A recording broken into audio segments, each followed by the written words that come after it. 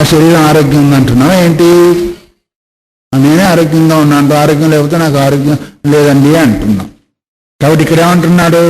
స్నానాదుల చేత సంస్కరింపబడినందువల్ల అహం శుద్ధ సంస్కృత ఇది ఎత్ర బుద్ధి ఉత్పత్తితే సంస్క్రియతే. ఎక్కడైతే ఇలాంటి బుద్ధి ఉత్పన్నమవుతుందో దాన్నే సంస్కారము అన్నారు. అందులో సచ దేహేన సంహత ఏవా అంటే దేహంతో సంబంధం ఉన్నప్పుడు అంటున్నాడా, దేహంతో సంబంధం లేనప్పుడు అంటున్నాడా? అయితే దేహంతో సంబంధం ఒకప్పుడు ఉంటుంది, ఒకటి లేదని తెలుస్తుంది కదా. ఆ రోగమైనా ఈ రోగమైనా, ఈ స్నానమైనా అస్నానమైనా, శుద్ధమైన అశుద్ధమైన దేహమైన అభిమానం కలిగి దేహంతో సంబంధం పెట్టుకున్నప్పుడు ఇవన్నీ జరుగుతూ ఉంటాయి. దేహంతో సంబంధమే లేనప్పుడు ఇవన్నిటికి అవకాశమే లేదు. అందుకని సచ దేహేన సంవత ఏవా దేహంతో సంబంధం ఉన్నందువల్ల మాత్రమే, దేహం పైన అభిమానం ఉన్నప్పుడు మాత్రమే ఆ విధంగా అయ్యేదానికి అవకాశము ఉంటుంది. తేనైవ హి అహంకర్త అహం ప్రత్యయ విషయేన ప్రత్యేన సర్వాక్రియ నివర్తంతే తత్ఫలంచ స ఏవాశ్నతి. దేహం పైన అభిమానం ఉన్న కారణం చేతనే అహంకర్త నేను కర్తను అని అహం ప్రత్యయం చేత తనేందు ఆరోపించుకుంటున్నాడు. దేహం పైన అభిమానం ఉన్నందువల్ల నేను కర్తను అయిందా. తర్వాత విషయన ప్రత్యేన సర్వాక్రియా విషయాలయందు విషయ జ్ఞానం కలిగి సమస్త క్రియలు చేసి అప్పుడు గాని ఆ క్రియ నుంచి నివృత్తులవుతున్నారు. తర్వాత దాన్ని ఫలాన్ని కూడా తత్ఫలించ ఏ ఆశ్నాది ఫలాన్ని కూడా అనుభవిస్తూ ఉన్నాడు. ఎవడో దేహాభిమానం కలిగినవాడు. దేహమే నేనను అభిమానం కలిగినప్పుడు తను కర్తగా భావిస్తున్నాడు, దాని ద్వారా క్రియను చేస్తున్నాడు, దాని ద్వారా వచ్చే ఫలాన్ని కూడా అనుభవిస్తూ ఉన్నాడు. కాబట్టి దేహం పైన అభిమానం ఉన్నందువల్ల దేహ సంబంధం తననుగా అనుకునే విధంగా జరుగుతుందే కానీ నిత్య శుద్ధ బుద్ధ ముక్త స్వరూపమైన ఆత్మకు ఇవన్నీ లేవు. సంస్కారాలు లేవు, సంస్కారం ద్వారా లభించే ఫలం కూడా లేదు అనేదాన్ని నిర్ణయం చేశాడు. పూర్వపక్షం ఏం చెప్పింది? ఇలా చేసినట్టయితే నేను శుద్ధునైనా సంస్కరింపబడ్డానని లోకంలో అనుకుంటున్నారు కదా. మరి అట్లాగే మరి సంస్కరింపబడుతుంది అంటే నష్టం ఏమంటే అది దేహాభిమానం కలిగిన స్థితిలో ఆ పద్ధతిలో ఆ స్థానంలో మాత్రమే జరిగేదానికి అవకాశం ఉంటుంది. నేను కర్తను భోక్తను వగైరా వగైరా అనుకుంటాడు, క్రియ చేస్తాడు, ఆ తర్వాత ఫలాన్ని కూడా అనుభవిస్తాడు. ఇది క్రియకు అందేది కాదు, సంస్కరింపబడేది కాదు అనే దాన్ని నిర్ణయం చేస్తాడు. తర్వాత దానికి ఉపమానం ఒకటి చెప్తూ ఉన్నారు. ముండకోపనిషత్తులో వచ్చిన ఉపమానము, తర్వాతనేమో కఠోపనిషత్తులో కూడా వచ్చిన ఉపమానం. ఈ ఉపమానాన్ని రేపు విందాం. హరి ఓం తత్సతో శుభమస్తు. సదాశివసమారంభాం శంకరాచార్యమధ్యమాం అస్మదాచార్యపర్యంతాం వందే గురు పరంపరాం. ఓం సహనా భవతు సహనౌ భునక్తు సహ వీర్యం కరవావహై తేజస్వినావధూతమస్తు మా విద్విషావహై. శాంతి శాంతి శాంతి. హరి ఓం. బ్రహ్మసూత్రాలు సమన్వయతన సూత్రంలో నిన్నటి వరకు మోక్షము ఉపాద్యం కాదు, సంస్కార్యం కాదు, వికార్యం కాదు, ఆప్యము కాదు అని 4 రకాలైన సంస్కారాలను లేదా క్రియను నిషేధం చేసి తర్వాతనేమో స్నానాదుల ద్వారా వగైరా శరీరం శుద్ధమైనట్టుగా నేను శుద్ధమైన ఆరోగ్యమైన ఉద్దేశం చెప్తున్నారు కదా క్రియ ద్వారా. అట్లాగే ఇది కూడా అవుతుంది అంటే అది దేహాశ్రయం, దేహానికి సంబంధించిందే తప్ప ఆత్మకు సంబంధించింది కాదు. దేహాత్మ బుద్ధికి మాత్రమే సంబంధిస్తుంది, ఆత్మకు సంబంధించదని ఇంతవరకు మనం విన్నాం. అహంకర్త అహం ప్రత్యయ విషయేన ప్రత్యేన సర్వాక్రియ నిర్వర్త్యంతే తత్ఫలంతి స యవాష్నాత్. నేను కర్తను నేను భోక్తను అనే అభిమానం చేతని సమస్త క్రియలు చేస్తున్నాడు కాబట్టి దాని ఫలాన్ని కూడా తానే అనుభవిస్తాడు అనుకున్నవాడు ఆత్మకు సంబంధం లేదు అని. అది ఎక్కడ మీ కపుల కల్పితం చెప్తున్నాడా లేకపోతే ఏదైనా శాస్త్ర ప్రమాణం ఉందా అంటే శాస్త్ర ప్రమాణం చెప్తూ ఉన్నాడు. తయోరన్య పిప్పలం స్వాద్ధత్తి అనుష్ణన్యూ రుచాకశీతి అని ముండకోపనిషత్తు. ద్వాసుపన్నా సయుజా సఖాయ సమాన వృక్షం ప్రశస్య జాతే ఏకస్సాధు పిప్పలమత్తి తయోరన్య పిప్పలం స్వాద్ అనుష్ణన్న అభిచాకశీతి అని పూర్తి మంత్రం ఇది.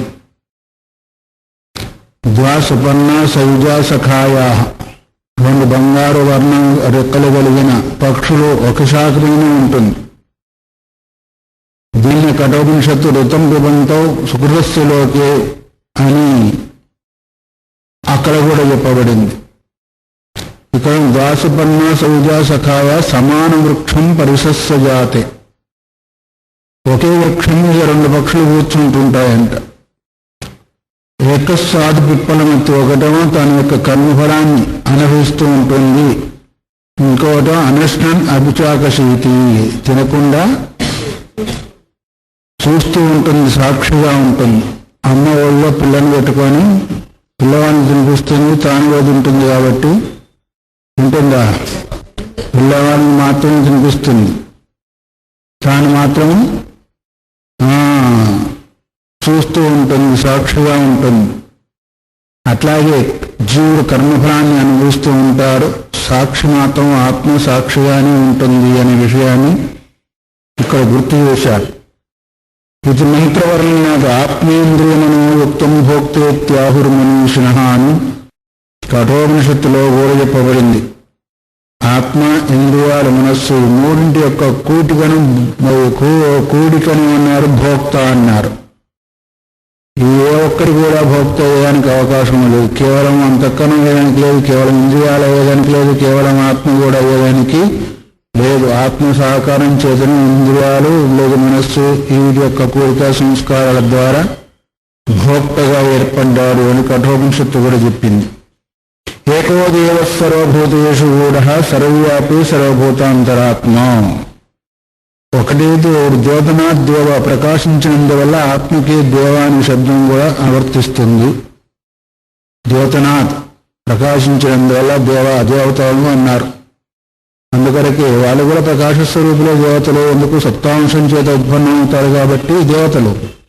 సత్వగుణాదిత్యం చేత ఊర్ధ్వం గచ్చంతి సత్వస్థ అన్నారు కదా. సత్వగుణ విశిష్టులు కాబట్టి దేవతలు, వాళ్ళు కూడా ప్రకాశించే వాళ్ళు, అందుకే దేవతలు అన్నారు. తర్వాత ఫలానా వాడు దేవత అయ్యా అన్నారు. మనిషి కాదు దేవత అంటాం, వాడు దేవత కానీ సత్వగుణ సంపన్నుడు కాబట్టి. సత్వగుణం ఏంటిది? పరోపకార బుద్ధిలో కలిగి సత్వగుణం కలిగిన వాడు కాబట్టి దేవత అంటారు. అట్లా ఇక్కడ ఏకో దేవ అంటే ప్రకాశించినందువల్ల దేవ. ఎక్కడున్నాడు? సర్వభూతేషు గూఢ, సమస్త భూతాలలో హృదయాంతరాల్లో గూఢ అన్నాడు. ఉద్దేశే అర్జున తిష్టతి బ్రాహ్మణం, హృదయ దేశంలో ఆయన ఉంటాడు అని. అదే సమస్త భూతాల్లో గూఢంగా ఉంటాడు. అంతే సర్వవ్యాపి సర్వభూతాంతరాత్మ, సర్వవ్యాపకుడై ఉన్నాడు, అంతేకాక సర్వభూతాల్లో కూడా ఉన్నాడు. మొదటి పదము అధిష్టాన రూపము, రెండవ పదము అంతర్యామి రూపం. సర్వవ్యాపి అనేది అధిష్టాన రూపం, సర్వభూతాంతరాత్మ అనేమో సర్వాంతర్యామిత్వం. ఈ రెండింటిని మనం అవగాహన చేసుకోవాలి. కర్మాధ్యక్ష, కర్మ జీవుడు చేసే కర్మకు అధ్యక్షుడు అంటే సాక్షిగా ఉంటాడో కానీ దాన్ని అంటుకోడు. ఎవరెవరు ఏం చేస్తున్నారో అదంతా చూస్తూ ఉంటాడు. అని చేయమన్నాడు, వద్దు అన్నాడు. కర్మఫలం అనుభవిస్తుంటా ఉంటాడు, కూడా అనుభవించంలే అనుకుంటా ఉంటాడు. పిల్లవాడిపోతూ ఉంటాడు, కింద పడిపోతూ ఉంటాడు కదా, చూస్తూ ఉంటుంది తల్లి దశలో ఎవరో. మళ్ళీ లేస్తూ ఉంటాడు, మళ్ళీ పోతూ ఉంటాడు. ఎప్పుడైనా అపాయ స్థితి వచ్చినప్పుడు వీళ్ళు పరిగెత్తుదని ఆయన మాత్రం పరిగెత్తాడు. ఆయన పిలిస్తే మాత్రం రాడు. ఎందుకంటే ఆయనకు వచ్చి పోయేది ఎక్కడ పోయినా ఆయన మీద పడతావు కదా. ఎక్కడ పడ్డా ఆ దాడి మీద పడతావు, ఇంకా పక్కకి పడే పని లేదు. సరే, ఇక్కడ ఏమంటున్నారు? అంటే సర్వభూత సాక్షి. చేత కేవలో నిర్గుణశ్చ, కర్మకు అధ్యక్షుడు, సర్వభూతాదివాస, సమస్త భూతాల్లో ఉండేవాడు. సాక్షి చేత కేవలో నిర్గుణశ్చ, సాక్షి స్వరూపంగా ఉంటాడు. అంటే అధిష్టాన చైతన్యం ఎప్పుడు కూడా సాక్షి అంటే అంటకుండా ఉండడం. సాక్షి అంటే వాళ్ళిద్దరికి అంటగా దేనికి అంటకుండా ఉండేవాడు సాక్షి అంటారు ఇక్కడ. సరే, చేత అంటే చైతన్య స్వరూపుడు, జడం కాదు. కేవల నిర్గుణశ్చ, కేవలం ఒకటిగానే ఉంటాడు. ఇలాంటి తత్వం ఒకటే ఉంది కానీ రెండు లేవు. అందువరకు దీన్ని అద్వైతము అన్నారు. అంటే దీనికి సమానమైన ఇంకొక వస్తువు లేదు కాబట్టి దాన్ని అందుకొరకే అద్వైతము అన్నారు. అంతేకాకుండా నిర్గుణశ్చ, నిర్గుణుడు అన్నారు. అంటే గుణాలకు ఆధారమైనాడు కానీ గుణాలు తనందు లేవు. గుణాలకు అధిష్టానమైన మాయ, వీటికి ఆధారంగా ఉన్నాడే కానీ గుణాలు తానై లేవు. అందుకొరకే నిర్గుణుడు అని ఈ విధంగా శ్వేతాశ్వర మంత్రం చెప్తూ ఉంటుంది. ఇంకా ఈశావాస్య మంత్రం కూడా సపర్యగాత్ శుక్రం అకాయం అవ్రణం అస్నావిరకం శుద్ధం అపాపవిద్ధం అని ఈ విధంగా ఈశావాస్య శృతి కూడా మనకు చెప్తూ ఉంది. సపర్యగాత్ అదంతటా నిండి ఉంది. శుక్రం అంటే శుద్ధమైంది, అంటే మూడు గుణాలకు అతీతమైంది కాబట్టి గుణమాలిన్యం దానిలో లేదు, కర్మమాలిన్యం దానిలో లేదు. అకాయం అంటే శరీరం లేదు. శరీరం ఎందుకు లేదు అంటే దానికి కర్మ లేదు కాబట్టి శరీరం కూడా ఉండలేదు. ఆ శరీరం లేదు కాబట్టి అవ్రణం. వ్రణం అంటే ఏంటిది?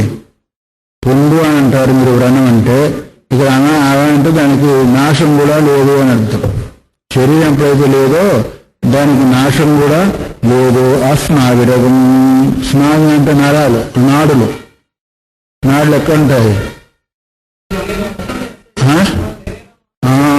శరీరంలో ఉంటాయి కాబట్టి నరాలన్నీ కూడా నాడులు అంటారు కదా.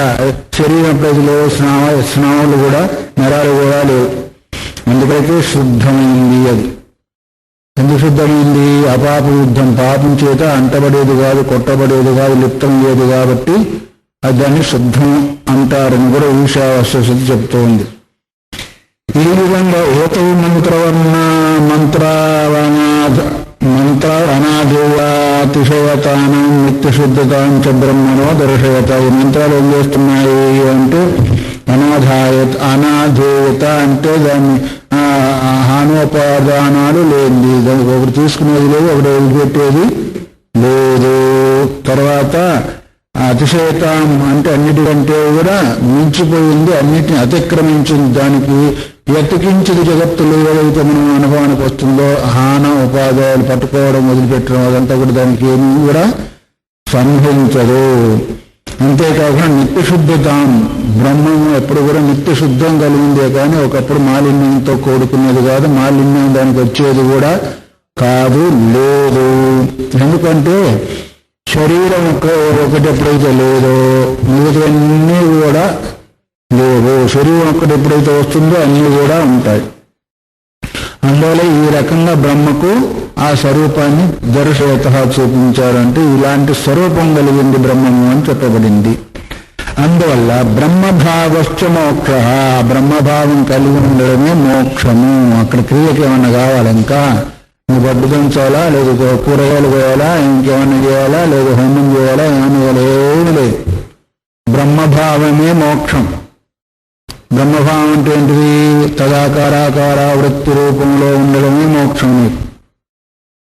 నీకు ఓం నమస్య లేదు, సోమం లేదు, నమో నారాయణ లేదు, తత్వమసి లేదు, తాత మాసిపోయిన మూతి కూడా లేదు. అక్కడ ఆ భావంతో ఉండడం. పెద్ద మంత్రం లేదు, చిన్న మంత్రం లేదు, పెద్ద గురువు లేడు, చిన్న గురువు లేడు, మంచి శిష్యుడు లేడు, చెడ్డ శిష్యుడు లేడు. అంతా ఒకటైన భావన ఉంటే అప్పుడు మోక్షం.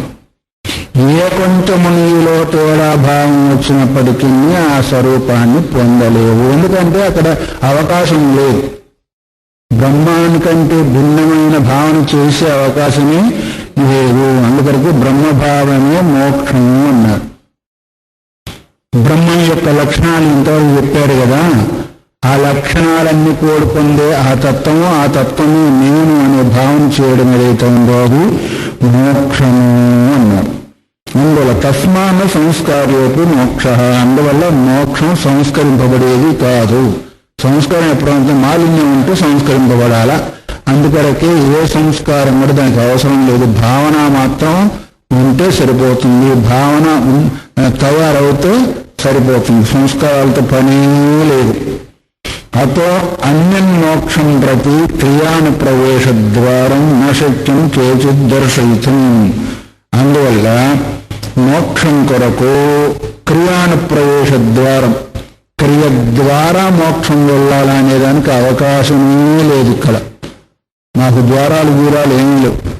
ఒక బిల్డింగ్ అంటుంటే ద్వారం కావాలా, సాక్షాత్ అంతర్నిహితులు కాబట్టి ఒక ద్వారం గుండా వెళ్ళి అక్కడ కలవాలో కలుసుకోవాలనే భావన లేదు. ఎందుకంటే దానికి ఒక హద్దులు లేవు, ఒక పరిధి లేదు. అది ఎక్కడ కావాలంటే కూర్చున్న దగ్గరే దాని యొక్క దర్శనం కూడా అవుతుంది. అందుకొరకు క్రియ చేసి ఆ క్రియ ద్వారా ఇంకెక్కడికో వెళ్ళాలి స్వర్గాది లోకాలకు అన్నట్టుగా మీకు ఎట్లా అవుతుందో మాకు ఆ విధంగా లేదు. మా ద్వారాలు ఎప్పుడు కూడా తెరుచుకొని ఉంటాయి అని మూసుకొని ఉండవు అనేదాన్ని గుర్తు చేశాడు. నశక్తిని కేవసిద్ దర్శనం, ఎవరు కూడా ఆ రూపంగా ద్వారాన్ని చెప్పే అవకాశమే లేదు అనేదాన్ని గుర్తు చేసి తర్వాత విషయాన్ని చెప్తూ తస్మాత్ జ్ఞానం ఏకముక్త క్రియాయ గంధమాత్రస్య అపి అనుప్రయోజనోపపద్యతే. మోక్షంలో జ్ఞానం ఒక్కటి తప్ప ఏ క్రియతో కూడా అది పొందేదానికి అవకాశమే లేదు. ఇదో 100 కట్టి హోమం చేయండి, పూజలు చేయండి, అన్నదానాలు చేయండి, గోదానాలు అప్పుడు పెద్ద మోక్షం, అది వద్దని కాదు. దాని ద్వారా పుణ్యం సంపాదిస్తారు. సాధనలో ఏదైతే ఉందో అది మీకు సహకారం ఇస్తుంది. అది ఎవరికొరకంటే ముడిసరి కొరకు కావాలి. ఇదివరకొరకంటే సంపూర్ణంగా పొట్టు దూసి వేసిన గింజలు లాంటి ఉడికిన అన్నంలాగా కావాలి. ఇది దానికి అధికారి వేరు, దీనికి అధికారి వేరు. దాని అధికారి ఎవరు? చిత్తశుద్ధి లేని వాళ్ళంతా కూడా దానికి అధికారి. సాధన చతుష్టయ సంపత్తి కలిగిన వాళ్ళంతా కూడా దీనికి అధికారి. అది సాధన చతుష్టయ సంపత్తి కలగాలంటే అది మేలు కావాలా వద్దా? అది మోక్షం అంటే మీరు ఎంత ఉన్నా లాభం లేదు. ఏదో ఒక జన్మ మళ్ళీ గురుసేవ చేసి అక్రశమనం చేస్తే తప్ప, లేకపోతే విన్నట్టుగానే ఉంటుంది, వదిలిపెట్టినట్టుగానే.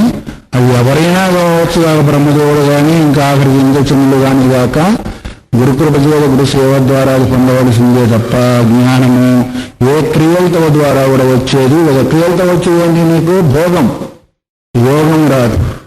ఎందుకంటే నువ్వు నిష్కామకంతో చేసినా అక్కడ చిత్తశుద్ధి కలుగుతుంది కానీ జ్ఞానం కలిగే అవకాశం లేదు. దాని తర్వాత పని క్రియ వేరుగా ఉంటుంది. అందువల్ల ఇక్కడ ఉన్నారు జ్ఞానమేకముక్త, జ్ఞానం ఒక్కదాన్ని వదిలిపెట్టి క్రియాగా గంధమాత్రస్య అపి అనప్రవేశ. గంధమాత్రం అంటే తెలుసా? వాసన కూడా లేదా, అక్కడ కార్యం అంతా అయిపోయింది, అక్కడ వాసన కూడా లేదంటే అర్థం ఏమాత్రం కూడా మిగిలి లేదు అని అర్థం. గంధమాత్రం కూడా అంటే గంధం అంటే ఎందుకు? వాసన. అక్కడ పని అంతా అయిపోయింది, అసలు వాసన కూడా లేదా అక్కడ. చూద్దామన్న వాసన కనిపించదు అక్కడ అంటాం లేదా? అట్లాగే మోక్షానికి బ్రహ్మజ్ఞానం తప్ప గంధమాత్రానికి ఏ కార్యం కూడా అక్కడ ప్రవేశించే అవకాశమే లేదు అన్నాడు. తర్వాత సరే మీరేమో మరి జ్ఞానం అంటారు కదా, జ్ఞానం ఊరికేనే వస్తుందా? జ్ఞానం నామ మానసిక క్రియ. జ్ఞానం అంటే అర్థమేమి? మానసిక క్రియ కదా అది. మరి క్రియతో పని లేదన్నారు కదా. ఇప్పుడు ఎవరంటున్నారు? పూర్వపక్షి అంటున్నారు క్రియతో పని లేదని అన్నారు కదా. జ్ఞానం అంటే మానసిక క్రియ, అవునా కాదా? మరి క్రియ మాత్రం కూడా అవసరం లేదన్నావు కదా, ఎట్లా అనగలిగావు అంటే ఇలా కాదు. సిద్ధాంతం ఏమంటున్నాడు? మానసిక క్రియ కానే కాదు అది. క్రియ దేంతో జరుగుతుంది? శరీరం, ఇంద్రియ, మనస్సు అంతవరకు అభిమాని చైతన్యానికి అభిమాని అహంకారికి కలుగుతుంది. ఇక్కడ మానసిక క్రియ అంటే దానికి మానసిక క్రియ అయినా విలక్షణత్వం ఉంది. ఎట్లా విలక్షణత్వం ఉంటుంది? క్రియాహి నామ స ఎత్ర వస్తు స్వరూప నిరపేక్షయే చోద్యతే. క్రియ అంటే వస్తు స్వరూపం తెలుసుకోకుండానే చేయబడుతుంది. అంతేకాకుండా పురుష చిత్త వ్యాపారాధీనాచ పని ఏంటి అంటే పురుషుని యొక్క జీవుని యొక్క చిత్త వ్యాపారాన్ని గురించి ఉంటుంది. చిత్తం కావాలనుకుని చేస్తాడు, వద్దనుకుంటే మానుకుంటాడు, ఇంకొక రకంగా చేస్తూ ఉంటాడు. చిత్తం ఎలా చెప్తా ఉంటే అలా చేస్తాను. చేయవచ్చు, చేయకపోవచ్చు, ఇంకో రకంగా చేయవచ్చు, రకరకంగా ఉంటుంది క్రియ దగ్గర. ఎందుకంటే అది పురుషతంత్రం కానీ వస్తుతంత్రం కాదు క్రియ.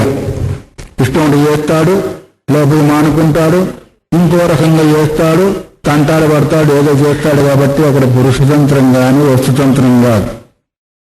అందువల్ల వస్తు స్వరూప నిరపేక్ష ఈ వస్తు స్వరూపాన్ని తెలుసుకోకుండానే ఆత్మతత్వాన్ని తెలుసుకోకుండానే చేయవలసి ఉంటుంది.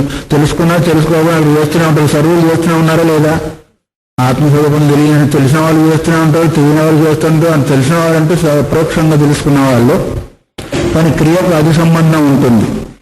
ఎందుకు? పురుష చిత్త వ్యాపారాధీనాచ పురుష చిత్తం యొక్క వ్యాపారానికి అధీనమై ఉంటుంది. ఆ చిత్తం ఎలా చింతిస్తూ ఉంటే అట్లా దానికి అధీనమై ఉంటుందో కానీ మరి వస్తు స్వరూపాన్ని తెలుసుకునే అవకాశం ఇక్కడ లేదు. ఏనా శ్రీ దేవత ఏ హవిర్గృహీతం స్వాప్తాం మనసాధ్యాయే వషటు కరిష్యన్. ఏది చెప్తుంది? నువ్వు ఏ దేవత కొరకు హవిస్సు ఇవ్వాలనుకుంటున్నావో ఆ దేవతను నువ్వేం చేయాలా? మనసాధ్యాయేత మనసు చేత ధ్యానించాలి. ఇంద్రాయ స్వాహ, ఇంద్రాయ ఇదం నమః, సోమాయ స్వాహ, సోమాయ ఇదం నమః. ఆ దేవతను మొదలు ధ్యానించి కదా ఆయనకి ఇస్తావు. ధ్యానం చేయకుండా ఇచ్చేయడానికి అవకాశం లేదు. ఎందుకంటే వేస్తున్నామంటే దేనికి వేస్తున్నాము? వాళ్ళు ఏమన్నారు? మనం వేస్తున్నామా? నీ తలక నీ రాళ్ళు పడా, నీ ఇట్లా మన్ను పడా అని ఇట్లా వేస్తా కూర్చుంటామా? మరి ఏం చేస్తాం? ముసలమ్మలు తిట్టుకున్నట్టుగా అక్కడ దేవతను ధ్యానం చేసి దేవతోద్దేశించేటందుకు యజ్ఞం అంటే ఏంటిది? తత్తద్దేవతోద్దేశేన హవిస్త్యాగ యజ్ఞ అన్నారు. ఆయా దేవతను ఉద్దేశించి మనసులో పెట్టుకుని ధ్యానించి ఇచ్చేది ఏంటిది అంటే దాన్ని యజ్ఞము అన్నారు. ఇంకొకరు ఇక్కడ కూడా ఆయా దేవతను తను తీసుకొని మనసులో తీసుకుని చింతన చేసి వాటి సమర్పించవలసి ఉంటుంది. అంతేకాని సంధ్యాం మనసాధ్యాయేతో అన్నారు.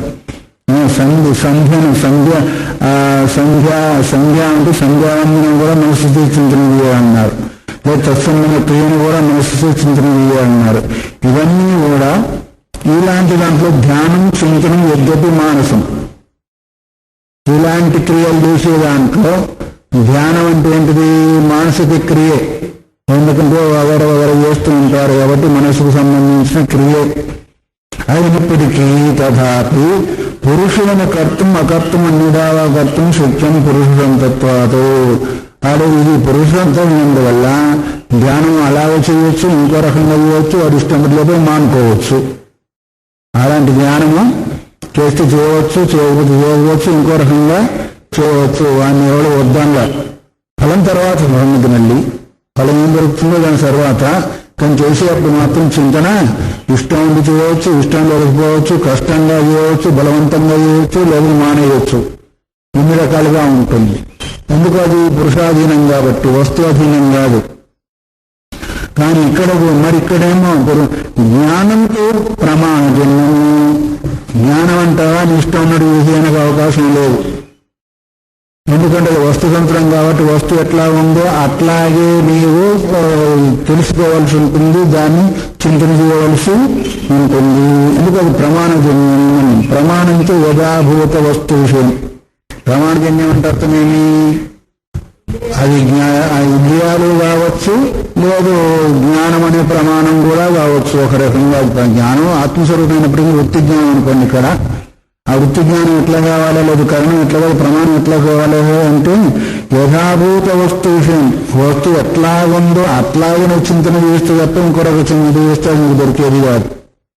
ఎటాన్ని సపరేగా శుక్రం అకాయం అవరణం అస్మారకం శుద్ధం అపాపయుతం కౌరమంషి పరిభూ స్వయంభూర్ యాద ఏకోభూత సర్వభూత భూతేషు గూఢాన్ని ఈ రకంగా ఆత్మను మనం ఎట్లా దాని స్వరూపంగా మన శాస్త్రం వర్ణించిందో ఆ రకంగా మనం చేస్తే తప్ప అది లభించేది కాదు.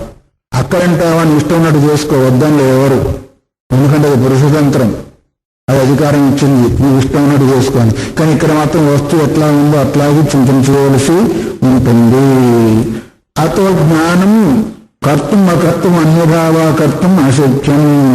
ఎందుకు? జ్ఞానాన్ని నీ ఇష్ట ప్రకారం చేయొచ్చు చేయకపోవచ్చు అంటే, ఇంకో రకంగా చేయొచ్చు అంటే, నీకు ఎందుకు చేస్తున్నావు, నీకు ఎందుకు కావాలి మోక్షము? దుఃఖ నివృత్తి కొరకు కావాలా? కానీ నీ ఇష్టం ప్రకారం చేస్తే దుఃఖ నివృత్తి కాదు, దుఃఖం స్వయం వచ్చి చేరిపోతుంది. వస్తువు ఎట్లా ఉందో అట్లా చింతన చేయకుండా ఇంకో రకంగా చేసినా చేయకపోయినా రకరకాలుగా నా అనుభవాన్ని మార్చుకొని చేసినా ఏమవుతుంది అంటే నీకు దుఃఖమే కదా కానీ మోక్షం వచ్చే అవకాశము లేదు. ఎందుకంటే ఇది వస్తుతంత్రం, పురుషతంత్రము కాదు. అందువల్ల జ్ఞానం కర్తం అకర్తం అన్యభావాకర్తం అశక్యం. ఆ విధంగా చేసేదానికి అవకాశమే లేదు.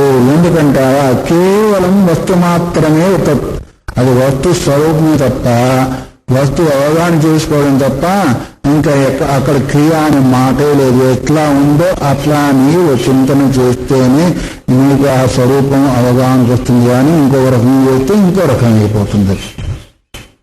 అర్థమైందా? నా చోదనాతంత్రం అక్కడ వేదవాక్యం ద్వారా కూడా వేదమే ప్రమాణంగా కేవలంగా తీసుకునేదానికి కూడా అవకాశము లేదు. ఎందుకంటే వేదం ఒక రకంగా చెప్పేసింది, దాంతో తెలియబడుతుందా మరి నువ్వు అవగాహన చేసుకుంటే తప్ప. వేదంలో తత్వం యొక్క స్వరూపం ఎటువంటి అని చెప్పింది, చెప్పినప్పుడు నువ్వు దాని ప్రకారంగా పోయి అవగాహన చేసుకుంటే తప్ప కేవలం వేద మాత్రం చేతనే అది బోధపడేది కూడా కాదు.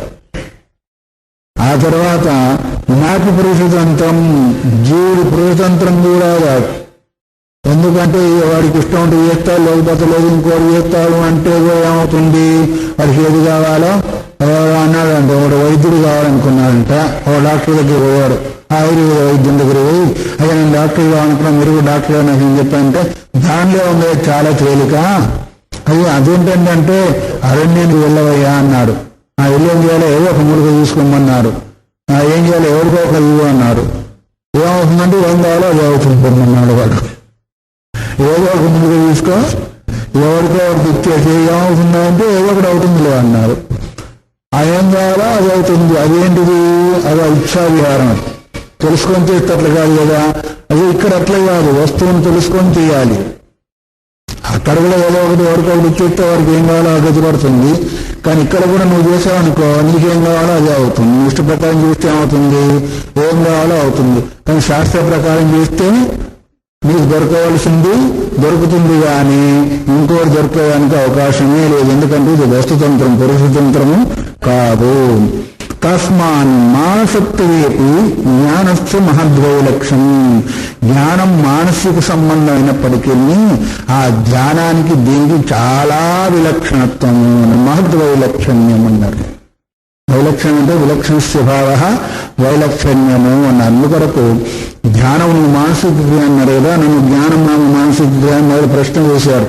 మానసిక క్రియ ఒకవేళ అయినప్పటికీ మీ దానిలో ఉన్నట్టు మా దానిలో అక్కడ సంబంధం లేదు. మీదేమో పురుషతంత్రం, మాదేమో వస్తుతంత్రం. దానికి దీనికి ఎక్కడ అంటే ఆకాశానికి పాతాళానికి ఎంత తేడాగా ఉంటుందో అట్లాగే దీనికి కూడా అట్లా ఉంటుంది. కాబట్టి మానసిక క్రియ ఒకవేళ అయినా అది విలక్షణత్వంతో కూడుకుంది, కానీ అట్లని మీ క్రియలో మా ప్రవేశించేది కాదు అనేదాన్ని గుర్తు ఇచ్చారు. ఇలా ఎట్లాగో అంటే ఇక ఉపమానం చెప్తూ ఉన్నాడు.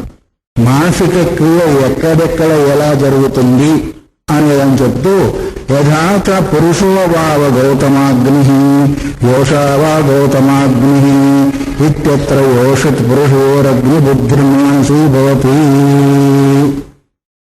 నువ్వు ధ్యానం చేసేటప్పుడు ఫోటో పెట్టుకున్నావు, నువ్వు శాలగ్రామం పెట్టుకున్నావు, శివలింగం పెట్టుకున్నావు, అక్కడ ఏమంటాం కోటాయ నమః, శివలింగాయ నమః, శాలగ్రామాయ నమః అంటామా, శివాయ నమః, కృష్ణాయ నమః, వాసుదేవాయ నమః అంటామా?